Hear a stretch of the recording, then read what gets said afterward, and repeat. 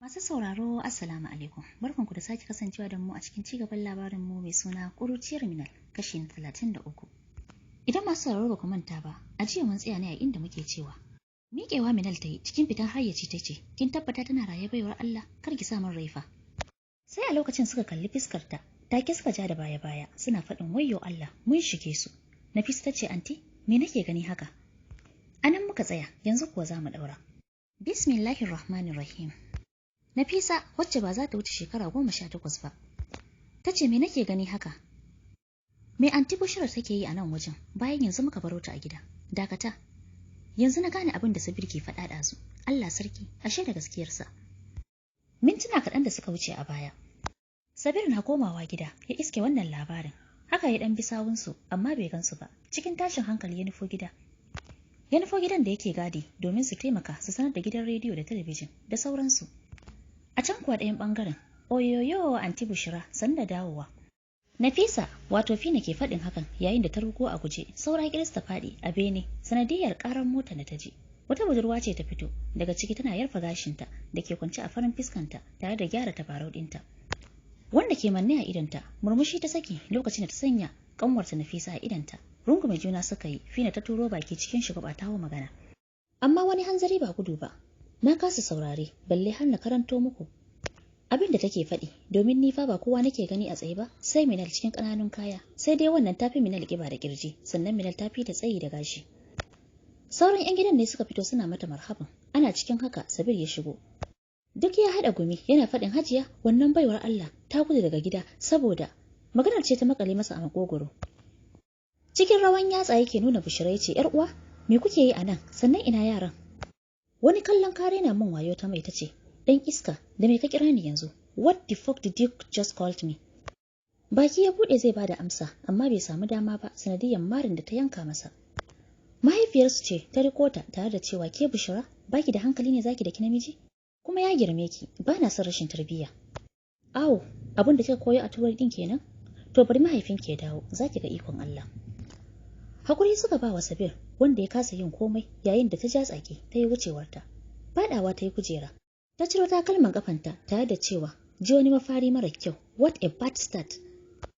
Anti Jalila, wacce take da shekaru 32, kanwar mamansa ce, ta ce, "Gaskiya Bushra, kin bani mamaki. Menene haka? Ya zaki mari Sabir? Mutumin kirki, ga gaskiya kuma..." Datse ta Bushra ta yi ta hanyar cewa, "Anti, ku yi min uzuri. Ku siyo min ice cream ke da Fina. Kaina ciwo yake min, za mu yi magana anjima. And please, ku za ku siyo, kar a bada sako ma direba ko wani kazamin." Taɓe baki Anti Jalila ta yi, kamin ta shige ɗaki tana faɗin, "Aiki ya same ki." Sannan ta shirya suka fice tare da cewa ‘yarta Shamila, wacce take sa'ar su Zayya, ta zauna ta saka wa Bushra ido, idan ta yi wani abu ta sanar mata. Ita kuwa abin nema ya samu saboda rawan kai gare ta.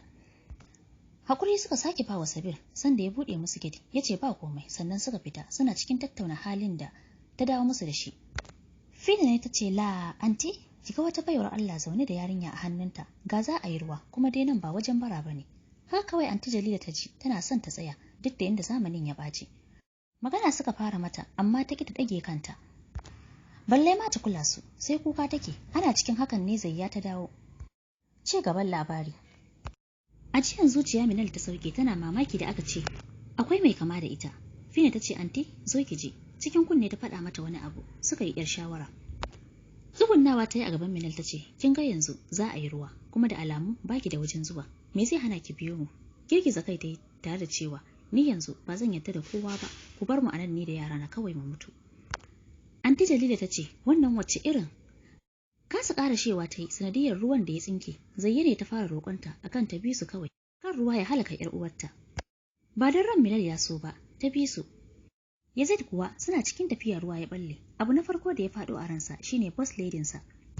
Ganin hankalinsa bai kwanta ba, yasa ya ce su juya, ko da ya koma ya ga wayan. Haka yana ji yana gani ya haƙura. Su kuwa suna shigowa gida suka sassauko a mota, da sauri suka shiga ciki saboda ruwa, yayin da aka bar Fina da Zayya suna ɗauko ledan ice cream. Shamila tana ganin su ta ce, "Momi wallahi kina fita Anti Bushra ta sa Sabir aiki, wai ya goge mata takalma." Anti Jalila ta ce, "Yanzu tana ina?" Ta ce, "Tana ɗakin mama." A waje kuwa daidai Zayya ta juya ta hango wani kamar ta san shi, amma ta share bata yi magana ba, ta ci gaba da yi wa Fina hira, suna dariya suka shiga ciki. Surutun da Shamila ke yi ne ya tsaya lokacin da ta lura da Minal a bayan Jalila. Kallon saman bene ta yi, ta kuma kallon Minal, sai ta bazama a guje, ta yi sama. Cikin haki, ta bude ɗakin mama, ta ga Bushra a cikin ɗakin. Sai ta kallo Minal, ta sake kallo Bushra, ta kalli Minal, kawai sai ta fashe da kuka. Wayyo umma, abin da take kiran mama da shi, na shiga uku na haukace. A tsoracin mama da Bushra suka yo kanta suna faɗin, lafiya? Nuna Minal ta yi da yatsa, aiko Minal da Bushra suka haɗa ido. Kallon ƙwarilla suke wa juna, yayin da mama ke faɗin, ke Jalila, me nake gani haka? Murmushi ta yi kamin ta fara faɗa wa mama yadda aka yi. Mama ta ce, no wanda, Sabir ya kira Bushra da ‘yar uwa. Ya ɗauka ita ce ashe. Wani tunani ne ya faɗo mata, bata ƙarasa zancen ba, ta ce ke dakata. Hakan na nufin ita ce wacce ta gudu yake neman ta? Ke Shamila, je ki kira mana Sabir. Da gudu ta fita, a bakin kofa suka yi karo da Zayya. Tsaki ta ja kamin ta fice, Zayya ta bi da kallo. A lalle za a yi cakwakiya, bata sanni bane, kar ta ga nan gidansu ne, babu abin da ya dame ni, wallahi wulakanci zan mata, kar ta ga gidansu ne. Ganin kallon yayi yawa, ya sa Fina tambayar ta ko ta santa ne, ta ce a'a. Haka dai Sabir ya shigo, ya roki afuwar su, sannan aka duba Sahala. Inda aka tabbatar tana da rai, sai dai halittar ta ba ta jimran wahala. Minal da Bushra dai ba su ce wa juna komai ba, har dare yayi suka ci abinci, na ciki na ciki. Minal ta kasa gaskata akwai mai kama da ita, yayin da Bushra ke jin haushi, ya za a yi, ita da take ganin ta. Tana da kyau, a ce wata banziya gayyar talauci tana kama da ita, har ma ta fi ta kyau. Wasa-wasa lokaci na tafiya, Safina ta harzuka gidan Yazid baki ɗayansa. Yayin da Sahir ya tafi Cambridge University karatu, Safwan kuwa ya ce a ƙasarsa zai yi makar da baba. Babu inda za shi don shi ɗan baba ne. Bayan shekara 6, da baya-baya yake ja idan safal da hawaye. Da tsoro kaman kuliya a lungu, kafarsa na mazari don ya san kashin shi ya bushe tun da ya sake ya jefi Zayya da bol.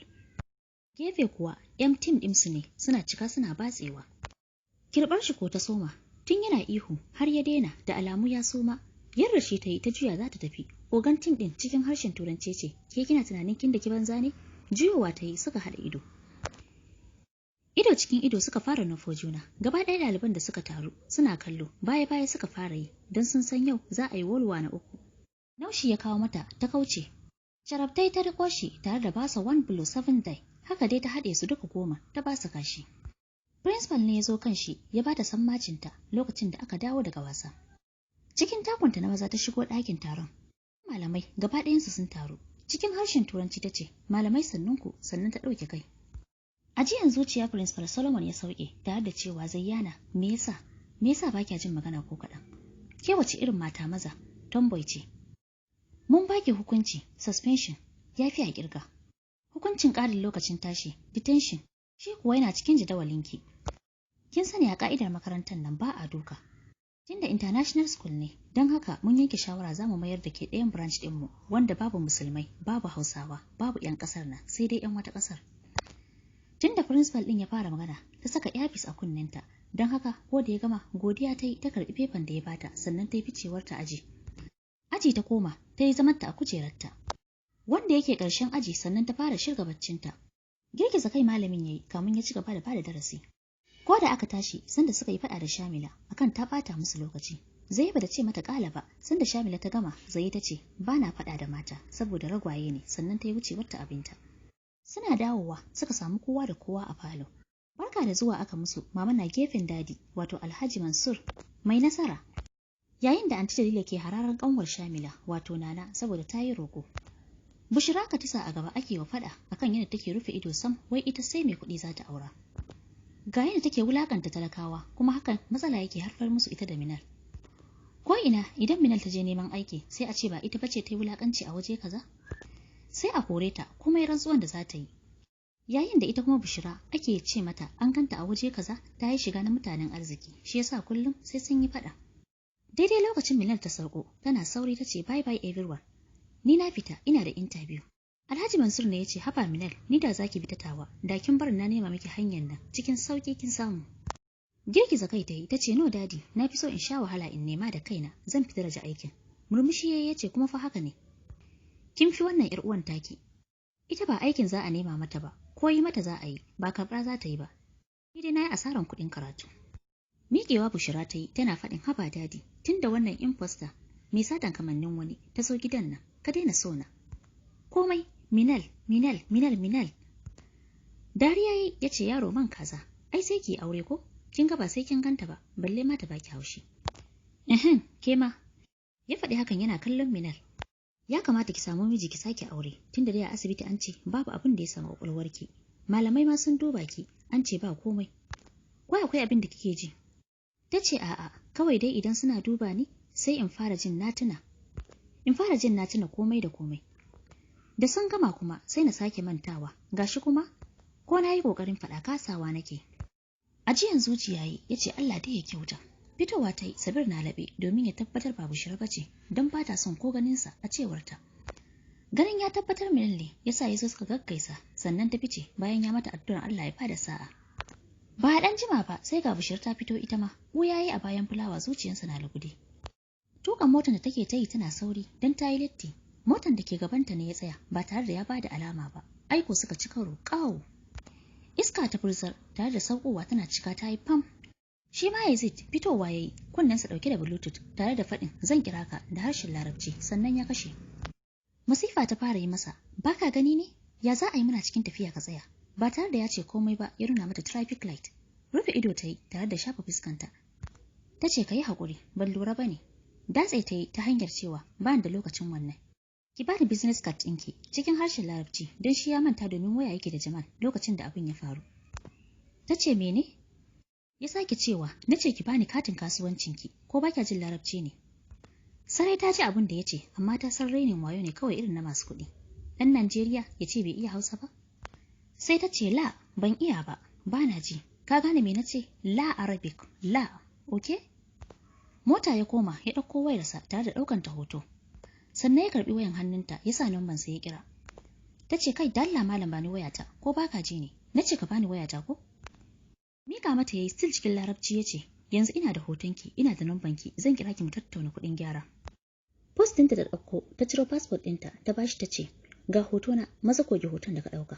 Karɓa ya sa a cikin suit ɗinsa sannan ya shige mota kan ta yi magana ya ja. Saboda an basa hannu ta ce kai ka zo ka goge hoton nan wallahi. Tsaki ta ja ta shiga mota ta dubi madubi domin ta gyara wuyan hijabinta. Sai ta ga ashe man bakinta ne ya ɓaci. Naushin steering ta yi tare da cewa Allah ya haɗa maka ga ikon Allah sannan ta wuce. Aiko ta ci interview kuma ta samu aiki a Chidmar Group a department ɗin Ayush. Da yamma da ta dawo gida ta samu an taru a falo kowa ya yi jigum an kafe Zayya da ido zama ta yi tana mai faɗin lafiya. Letan da aka ba wa Zayya aka miƙo mata ta karanta abin da yake ciki kamar haka. Letar sauya makaranta. Duba da yadda ɗaliba Zayya mai nasara ta addabi makarantar saboda rashin jinta. Da yadda take faɗa da maza, hukumar makaranta ta yanke shawarar mayar da ita ɗayan cibiyarmu wanda ke wajen gari kuma makarantar kwana la'alla za ta yi hankali. Idan har iyayenta ba su yarda da wannan hukuncin ba, to sai dai a gafarce mu domin ba mu da wani zaɓi da ya wuce mu kore ta. Mun gode, saka hannu hukumar makaranta. Miƙewa Milal ta yi tare da riko hannunta suka shiga ɗaki. Daɗi ne ya kama Shamila. Yau za a daki Zayya yayin da cikin ɗakin kuwa Milal ta ce, Zayya na fahimce ki domin nima na yi abin da kike yi yanzu haka. Yau ɗin nan ma na so in daki wani amma yanzu na girma. Ba wai ina ƙarfafa miki gwiwa ba ne, sai dai bana son ki dinga taro faɗa, amma kuma kar ki zauna a cuce ki kin ji? Kuka ta fara yi ta ce Momi ni gaskiya a cire ni daga makarantar nan bana son rabuwa da ke. Milal ta ce kar ki damu, ni ina ji a jikina alheri ne kuma zan dinga kawo miki ziyara duk ƙarshen wata. Sannan zan canja miki sabuwar waya ma. Washi baki dai ta ce da gaske? Milal ta ce sosai ma kuwa. Ai na samu aiki. Ihun daɗi ta sake, Shamila da ke ƙasa ta ce, "Yes, a ƙara mata." Alhaji Mansur ya ce, "Ke ban san shashanci ba." Zayya ne ta sauko. Tana faɗin, "Grandpa, Momi ta samu aiki, Momi ta samu aiki." Murna aka taya Minal yayin da Antifina da aminiyar ta Dina suka ja Minal ɗaki cikin ƙoguwa suka ce, "Sis, a wani kamfani ne?" Ta ce a Jidmar ne. Suka ce, "What? Mene? A Jidmar?" Dina ta ce, "Wow, na ji an ce president ɗin kyakkyawa ne." Fina ta ce, "Dama ni ce, sai dai abin da na karanta idan na samu aiki, da ƙyar in zan iya ganin sa." Minal ta ce, "Ni ma sai aka ce muku ganin sa zan yi ko? Ko dan shi na je aikin?" Dariya suka kaikile da shi, suna ta bata labarin Yazid. Bayan sati biyu, Zayya ne rike da akwatinta tsaye a bakin makaranta. Tana kare masa kallo, kai amma an rena bakaken fata, wato shine su aka yi musu nasu local, amma dubi wannan branch din kamar na turai, ita kamar rashin ji yayi mata rana. Bude kofofin hancinta ta yi, ta shaki iska tana mai murmushi kamun ta shiga. Bawa idanta abinci take. Don jinta take kamar a ƙasar waje. Gaba ɗaya 'yan makarantar bin da ta kallo suke, abinka da Turawa da 'yan China da Koriya, Italiya da Thailand, da Turkiya ne, duk dai ga sunan suna al'ajabi domin sun san ba a kawo bakar fata makarantarsu. Cikin harshen Turanci suke magana, don haka ta ce, menene kuka kafa min ido? Wata baturiya mai suna Halsi ta zo cikin zumuɗi ta rungumi Zayya, ta ce baƙuwar makarantarmu sannan ki da zuwa, suna na Halsi kuma zan so mu zama aminai. Na san ma kin yarda, don haka mu aminai ne yanzu, zo mu je. Ta faɗi hakan tana janta. A wani hostel kike? Wani ɗaki? Zayya ta ce dakata mana. Da farko dai, yaushe ne na ce na yarda mun zama ƙawaye. Abin tausayi ta yi, ta ce ba kya so na ne? Dariya Zayya ta yi, ta ce dalla gyara fuskarki, ni ki raka ni wajen principal. Zayya ta ce ya, na ji daidai, mu je. Rike hannu suka yi, suka nufi ofis ɗin principal. Nokin suka yi, suka shiga, suka sami principal ɗinsu 'yar ƙasan Australia. Murmushi ta yi musu, ta ce ku shigo mana, sannan ta kalli Zayya, ta ce da alamu ke ce Zayyana mai nasara ko? Ta ce ni ce ma. Wani paper ta bata, photocopy na student information tare da wasu hostel, ajujuwan da za ta dinga shiga da sauransu. Godiya ta wa principal ɗin, ta bata uniform. Tana faɗin, Principal Solomon ya ce baki da tarbiyya sai an miki tsauri, ni ban ga alamun hakan ba. Halsey ta ce, kwarai kuwa principal, ƙawata tana da mugun kirki ga hankali sosai ma kuwa, mun gode, mu je ko? Ta faɗi tare da jinta suka fice. Halsey ta ce, menene wannan abun a kanki? Sai ta ce shi ake kira da hijab. Halsey ta ce, menene aikinsa to? Ta ce saboda rufe kyawunmu, domin shi ne mutunci, modesty. Ba kya jin zafi? Zai ta ce kin fiye tambaya gaskiya, zan ansa miki, rakan ɗaki. Halsey ta ce, mu ga fefa ɗin. Ihu ta kwalla lokaci ɗaya, ta ga cewa ɗakinsu ɗaya. Ta ce ɗakinmu ɗaya, mu je. Fakin kayan Zayya suka yi. Halsey na faɗa mata duk wani information da ya dace da sani na 'yar iskar makarantar tasu. Wayanta Halsey ta ɗauke su selfie. Da daddare Zayya ta ɗauko diary ɗinta ta fara rubutu. Monday, 6 June.